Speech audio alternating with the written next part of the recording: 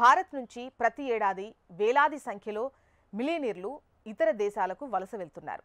ఈ ఏడాది కూడా కనీసం 3500 మంది వరకు దేశం వదిలి వెళ్లిపోయే అవకాశం ఉందని హెన్లీ అండ్ పార్ట్నర్స్ నివేదిక తెలుపుతోంది. వారిలో ఎక్కువ మంది యూఏఈని తమ గమ్యస్థానంగా ఎంచుకుంటున్నారు అంటోంది.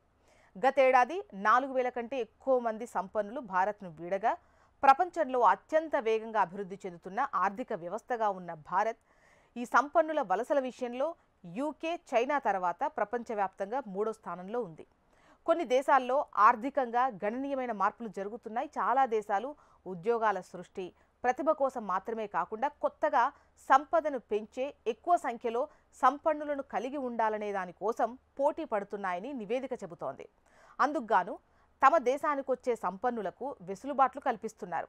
సుమారు $63 బిలియన్ పెట్టుబడులతో యూఏఈ సంస్కరణల ద్వారా ప్రపంచ సంపన్నులకు కేంద్రంగా ఎదుగుతోంది. సంపన్నులను కోల్పోవడంలో భారత్తో పాటు అనేక దేశాలు ముందున్నాయి. 2025లో కనీసం 1,42,000 మంది మిలియనీర్లు సొంత దేశం వదిలి మరో దేశానికి తరలి వెళ్లే అవకాశం ఉందని నివేదిక చెబుతోంది. 2026 నాటికి ఈ సంఖ్య 1,65,000కు పెరగొచ్చట. మరోవైపు ఈ సంవత్సరం రికార్డు స్థాయిలో 9,800 మంది మిలియనీర్లు యూఏఈకి వెళ్లే సంకేతాలు కనిపిస్తుండటంతో ప్రపంచంలోని అతిపెద్ద సంపన్నులను ఆకర్షించే దేశంగా యూఏఈ అగ్రస్థానంలో ఉంది. గతేడాది వివిధ దేశాల నుంచి యూఏఈకి 6,700 మంది సంపన్నులు వెళ్లారు.